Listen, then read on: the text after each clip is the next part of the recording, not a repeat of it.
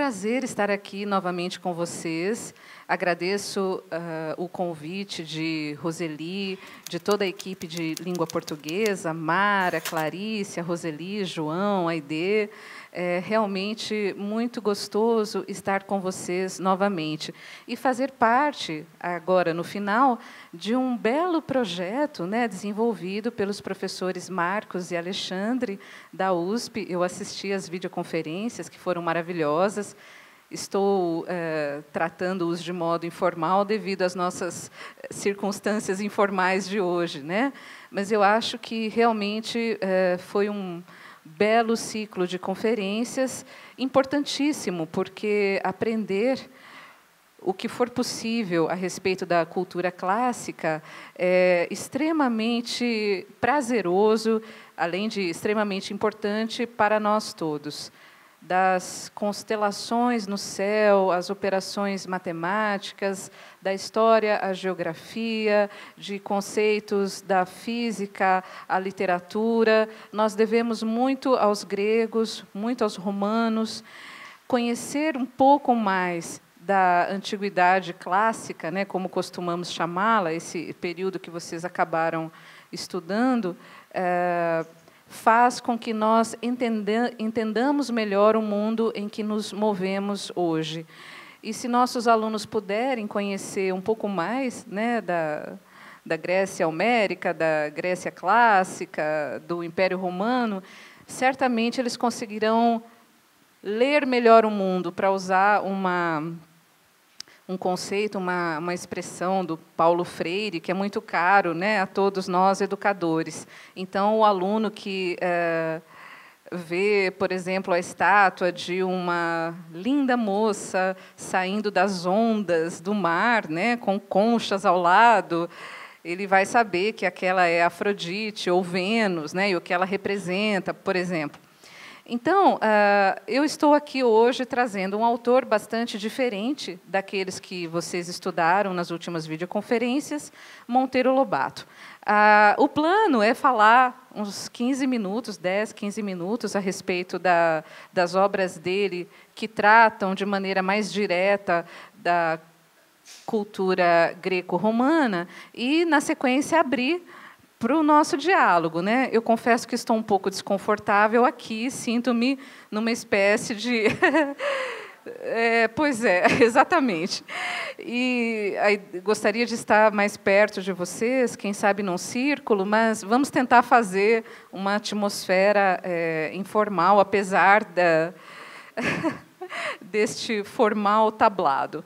Bem, Monteiro Lobato, como vocês sabem, escrevia para adultos antes de escrever para crianças, né? Então, ele começa a publicar em 1918, e já nas suas obras para adultos, nós percebemos alusões, referências, né, a clássicos gregos e latinos.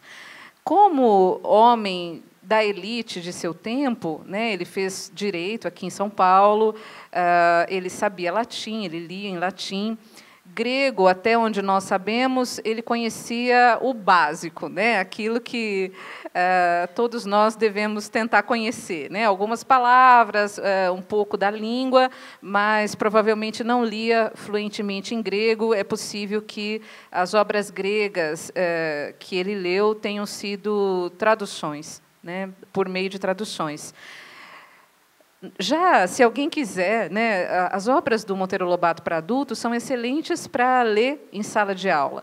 Então, eu recomendo principalmente os livros de contos Urupês, Cidades Mortas e Negrinha. São livros indicados para o ensino médio, e neles vocês vão encontrar, em vários contos, alusões, referências, às vezes de maneira extremamente cômica, satírica, divertida. Por exemplo, no livro Cidades Mortas, há um conto chamado O Plágio. É a história de um aspirante a escritor que trabalha como funcionário público, e ele, o narrador, em determinado momento, informa que o protagonista tinha na cabeça uma série de histórias gregas que tinham sido metidas, né, em sua cabeça à força, quase que de pau, por um padre, né, que havia ensinado a ele um pouco de latim e algumas histórias gregas, como o cão de Alcebíades, o barril de Diógenes, né? Então, já há ali, nesses contos de Monteiro Lobato, uma espécie de percepção de que já naquela época, né, no começo do século XX, quando ainda o ensino de latim e até de grego era comum no que seria o equivalente ao ensino médio, já havia uma tentativa de facilitar, né, esse ensino, de contar aos alunos algumas histórias mais, digamos assim, pitorescas, para usar um termo, né, mais romântico, mas, enfim. E, quando ele começa a escrever para crianças, né, a obra pela qual ele se tornou mais conhecido, ele começa a escrever para crianças em 1920 e continua escrevendo até praticamente o ano da sua morte, em 1948. Nesses anos todos, né, de escrita, reescrita, reformulação dos livros, entram em seu projeto, eu vou chamar de projeto porque ele passa a escrever livros, em determinado momento, que nós podemos chamar de paradidáticos, né? Ele começa a perceber que as crianças com quem ele falava, e ele se correspondia muito com crianças, conversava muito, costumava visitar a biblioteca pública, que hoje tem o nome dele aqui em São Paulo. Enfim, ele conversa muito com as crianças e começa a perceber que determinadas disciplinas escolares deixam dúvidas, não são entendidas, são consideradas chatas, enfadonhas, de forma que ele resolve começar a escrever sobre os assuntos dessas disciplinas para, segundo ele, tentar ajudar as crianças. E aí surgem vários livros paradidáticos, como Emília no País da Gramática, né, Geografia de Dona Benta, Serões de Dona Benta, Histórias de Tia Anastácia sobre o folclore.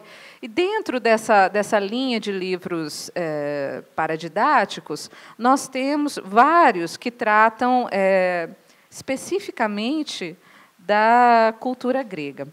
Eu, no diário de bordo, pedi para vocês procurarem nas escolas, né, nas salas de leitura, que edições de Monteiro Lobato existem, porque devem existir muitas, afinal, o governo brasileiro vem comprando há muitos anos as obras de Monteiro Lobato.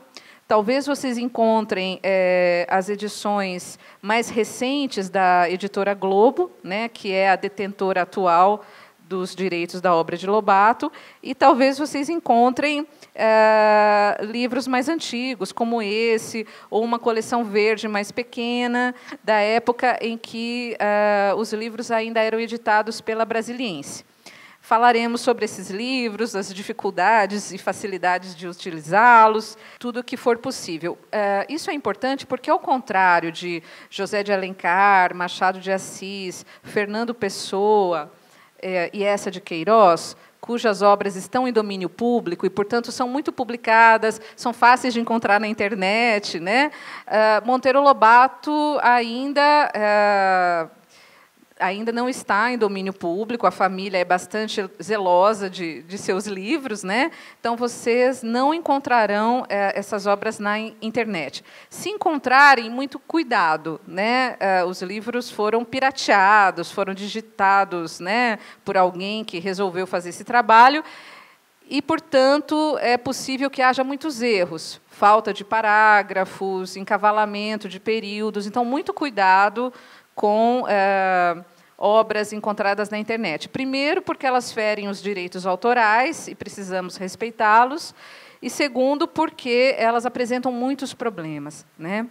Bem, Monteiro Lobato já menciona a história da Grécia no seu livro História do Mundo para Crianças. Então, lá, Dona Benta está contando aos netos a história do mundo, né? E Dona Benta faz uma apresentação muito breve da história da Grécia, descreve os principais deuses gregos, faz uma comparação, e isso pode ser bem interessante, com o que os judeus estavam vivendo na época, por exemplo, em que Homero supostamente teria existido, na época em que Péricles existiu. Isso é interessante porque muitos alunos perguntam, né, mas e Jesus? Onde estava Jesus? Né? Que é a referência de um país católico. Então, nesse livro, História do Mundo para Crianças, é claro, é um ponto de partida, é um livro dos anos 30, né? É preciso lê-lo com todo o cuidado crítico, mas vocês já têm uma apresentação bastante breve, bastante simplificada, porque é um livro para crianças, né? De acordo com o que Monteiro Lobato acreditava que seria adequado para crianças, enfim, ali já há uma apresentação. Depois, nós temos o livro O Minotauro. O Minotauro começa com o rapto de tia Anastácia por monstros da mitologia grega, né? Então, no livro anterior, O Pica-Pau Amarelo, personagens dos livros que as crianças liam vão morar no sítio do Pica-Pau Amarelo. Dona Benta compra um enorme terreno e para lá se mudam personagens de contos de fadas, do cinema, da literatura, de modo geral, até para adultos, né? Dom Quixote vai se mudar para lá, personagens das Mil e Uma Noites, e também aquelas personagens das fábulas, né? De Esopo, e da mitologia grega. Tia Anastácia é raptada e o Minotauro começa com a procura das crianças e de Dona Benta por tia Anastácia. Então, eles embarcam num iate, um navio pequeno, né, uma embarcação pequena, chamada Beija-Flor das Ondas, e vão para a Grécia a fim de tentar encontrar a tia Anastácia. É bastante interessante o começo desse livro, porque eles chegam à Grécia da época deles, 1939, né? Não gostam do que vem e fazem lá um tibum imaginário para a Grécia do tempo de Péricles. Há toda uma explicação de Dona Benta sobre Péricles, e aí nós começamos a ver, a perceber o quanto esses livros de Lobato são diferentes, né, daqueles que vocês estudaram até agora com os professores Marcos e Alexandre. Porque nesses livros, né, para usar uma palavra bastante usada agora de manhã, há realmente uma incorporação das personagens, né? Então, as crianças vão conversar com figuras como Péricles, Fídias, Sócrates, e dentre muitos outros, né, personagens que realmente existiram, embora saibamos muito pouco sobre eles, como Sócrates, por exemplo, e personagens da lenda, né, da mitologia, como Hércules. Conforme as crianças vão interagindo com essas figuras, com esses personagens, o leitor vai aprendendo, né, quem eles foram, supostamente, por que eles são lembrados, por que eles são importantes. Então, nós não vamos ter muitas alusões nesses livros, né? Nós vamos ter mais referências diretas, porque Dona Benta sempre explica, né? Por exemplo, quando se menciona a Ilíada, ela explica, olha, a Ilíada é um lindo poema, né, épico de Homero, e explica o que é o poema. Quando ela cita a Odisseia, a mesma coisa. Então, nós temos poucas alusões. De vez em quando, há alusões. Por exemplo, quando Pedrinho e Visconde vão, né, eles resolvem voltar ainda mais no tempo para tentar encontrar o Minotauro e resgatar a tia Anastácia. Então, eles voltam para o século XV a.C. E aí, eles dormem na casa de um pastor da Tessália e veem o nascer do sol. Então, Emília diz que está adorando assistir a aurora de dedos róseos, né, abrir o dia. A aurora de dedos rosados é um epíteto muito famoso, né, encontrado tanto na Ilíada como na Odisseia e em outros poemas atribuídos a Homero. Nesse caso, não há uma explicação, né? Mas, pela minha experiência com crianças e jovens que leram esse livro, depois, quando eles leem a Ilíada e a Odisseia, eles se lembram da Emília vendo a aurora de dedos róseos. Provavelmente Lobato leu a tradução de Odorico Mendes, talvez ele tenha lido traduções em outras línguas, né? Como vocês bem sabem, para quem sabe grego, existe uma Odisseia só, uma Ilíada só.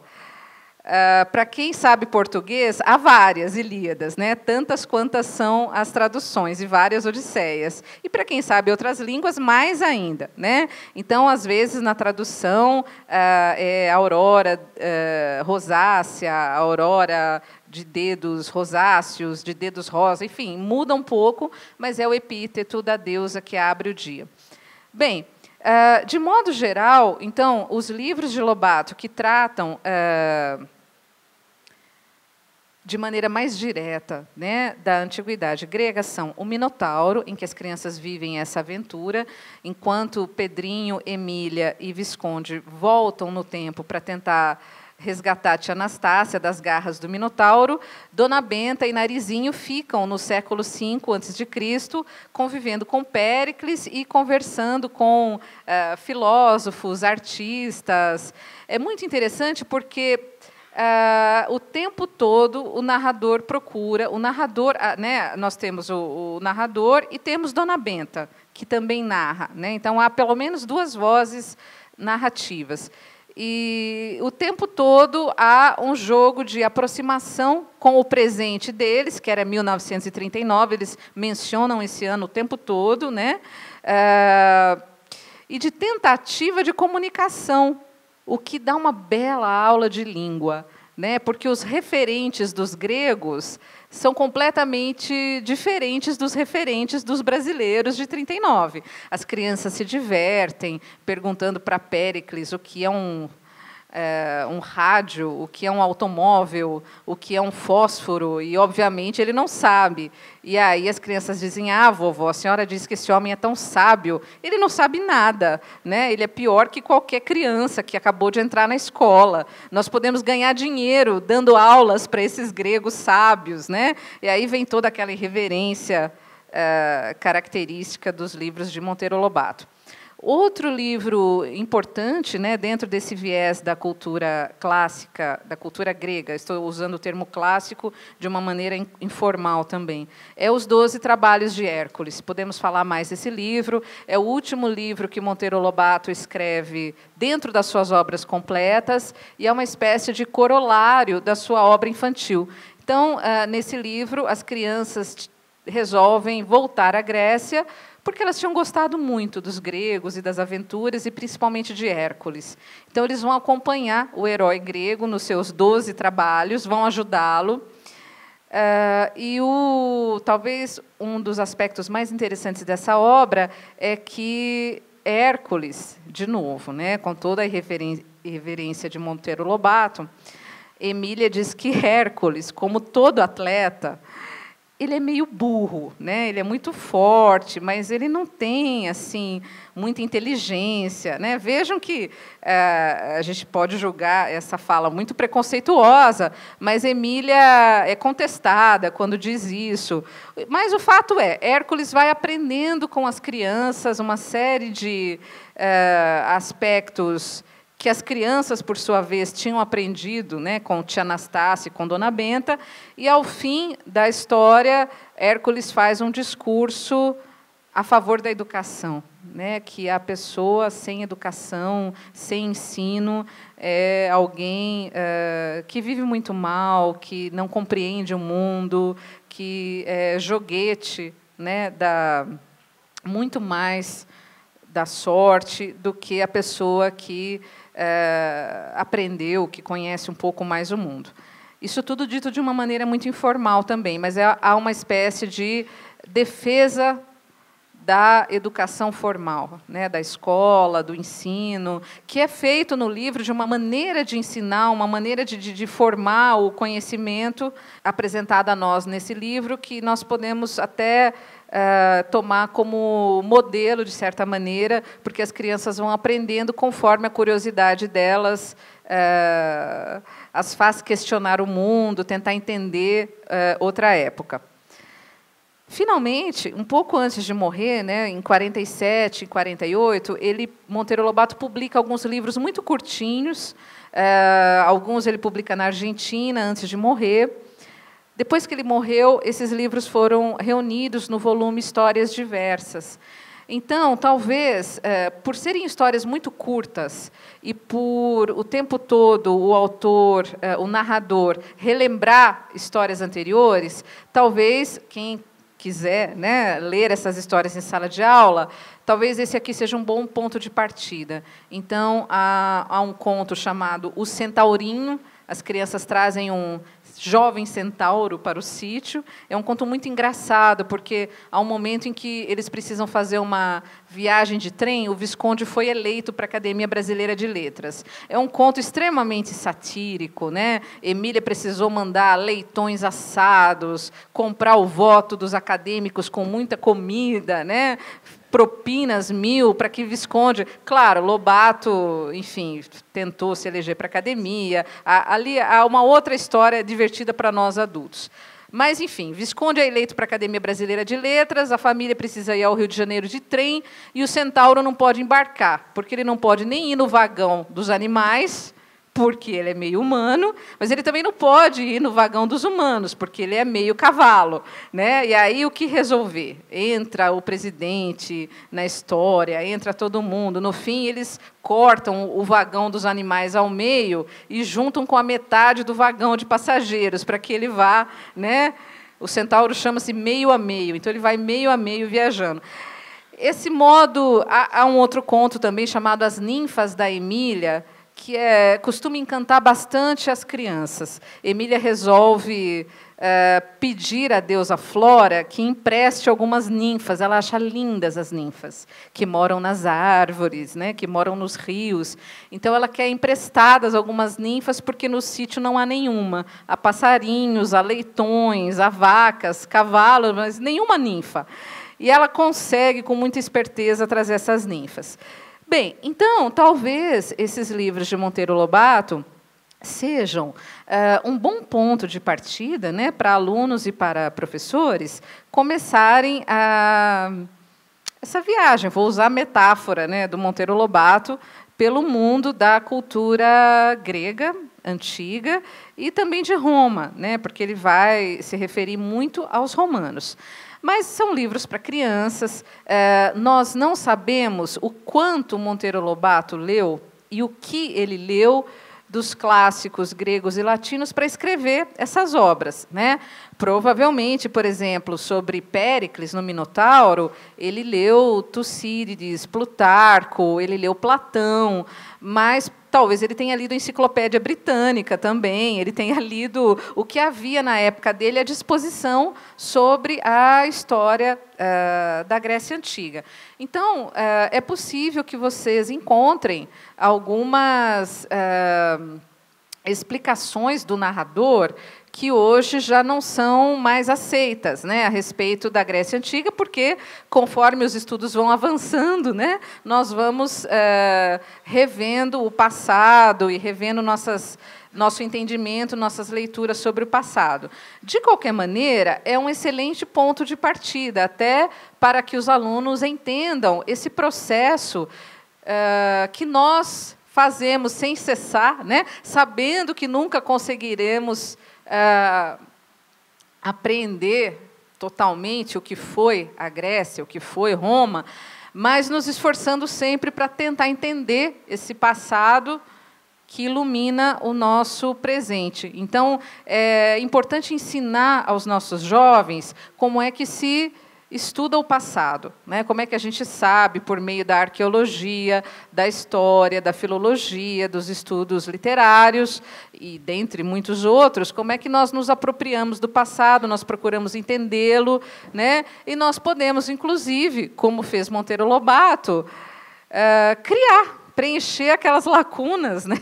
Que nunca serão preenchidas por falta mesmo de registro. Então, como é que era a vida do Péricles? O que ele gostava de fazer? Se ele era alguém simpático com crianças, né? Se ele realmente achou bonita uma velhinha como Dona Benta vestida com sua roupa de gala do tempo do imperador, né? Enfim, dá para criar, dá para interagir com essa cultura de uma maneira bastante prazerosa, né? Se foi possível vocês encontrarem esses livros, se vocês chegaram a ler, se vocês conhecem, talvez eu acho que seja mais interessante. Vocês também estão cansados, né? A minha voz é sonífera. Vejam que eu sofro na sala de aulas. Minhas aulas são sempre cheias de diálogos. Então, eu acho que talvez seja a hora de alguém, se alguém quiser fazer um comentário, alguma pergunta. Oh, já temos alguém. Obrigada. Então, como fazemos agora? O microfone vai até lá.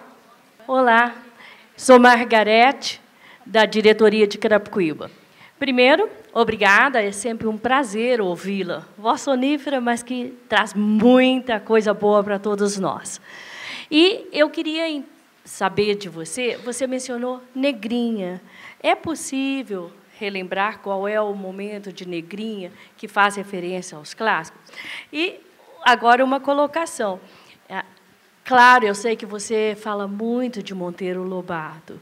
Então, eu gostaria, né, aí é complicado, de saber a sua opinião sobre a polêmica em torno dos livros de Monteiro Lobato, né?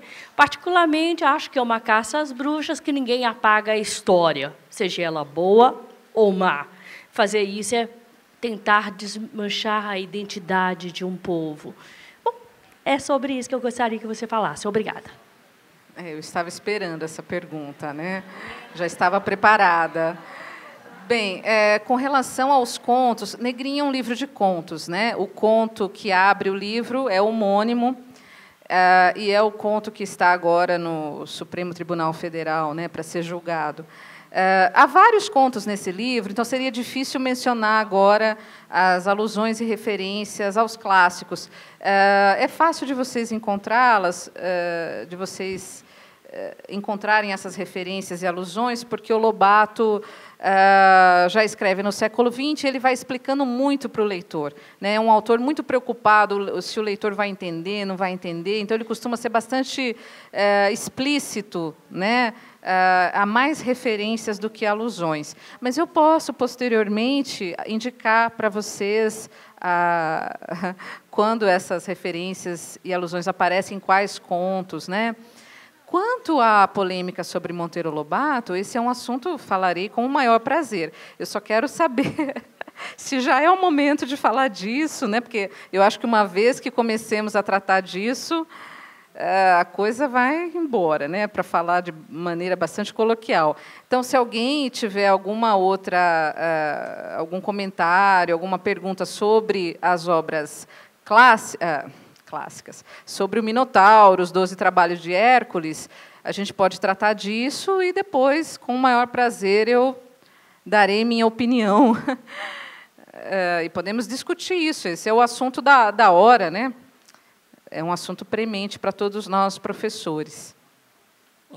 Bom dia. Eu sou o Júlio, da Edição Vicente. A minha pergunta se relaciona a tropo e arquétipo em relação ao ensino de literatura, né? Particularmente em referência à obra grega, e em relação ao cânone também, né? Então, talvez um cuidado maior com essas escolhas que nós fazemos também. E por que não questioná-las, né? De uma certa forma. Só um minuto, deixa eu ver se eu entendi. Você poderia dar um exemplo, né?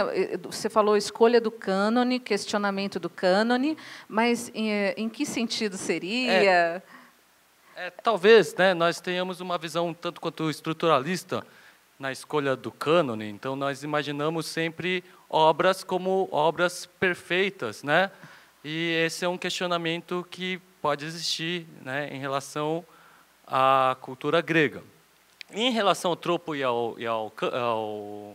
relação ao tropo, esses temas são sempre recorrentes, né? Então, talvez o intertexto não seja tão presente, mas esteja presente em relação ao tema, não é? Não sei. Tá. Olha, eu acho que há uma bela passagem aqui no Minotauro, em que Dona Benta encontra, né, o artista que teria criado a palavra cânone. Era um escultor. Depois vocês podem ler com calma esse trecho, né? Eu vou ver se eu acho o trecho aqui, talvez fique mais fácil, né? Então, há um jantar na casa de Péricles, e lá estão presentes os amigos que Péricles realmente teve, como Sócrates e Policleto, né? Então, Dona Benta parabeniza Policleto por ter apresentado ao mundo o cânon, né? E uma estátua chamada Diadúmeno. Policleto começa a sorrir e diz: sua erudição atraiu, minha boa senhora. Entre meus trabalhos não há nenhum diadúmeno. Sei disso, replicou Dona Benta, mas vai haver. O senhor vai esculpir um jovem efebo na atitude de atar na testa uma faixa, o diadúmeno. E, depois de escrever um pequeno tratado sobre as proporções, esculpirá uma formosa estátua de adolescente em que as boas proporções do corpo humano serão fixadas de modo definitivo e a qual dará o nome de cânon.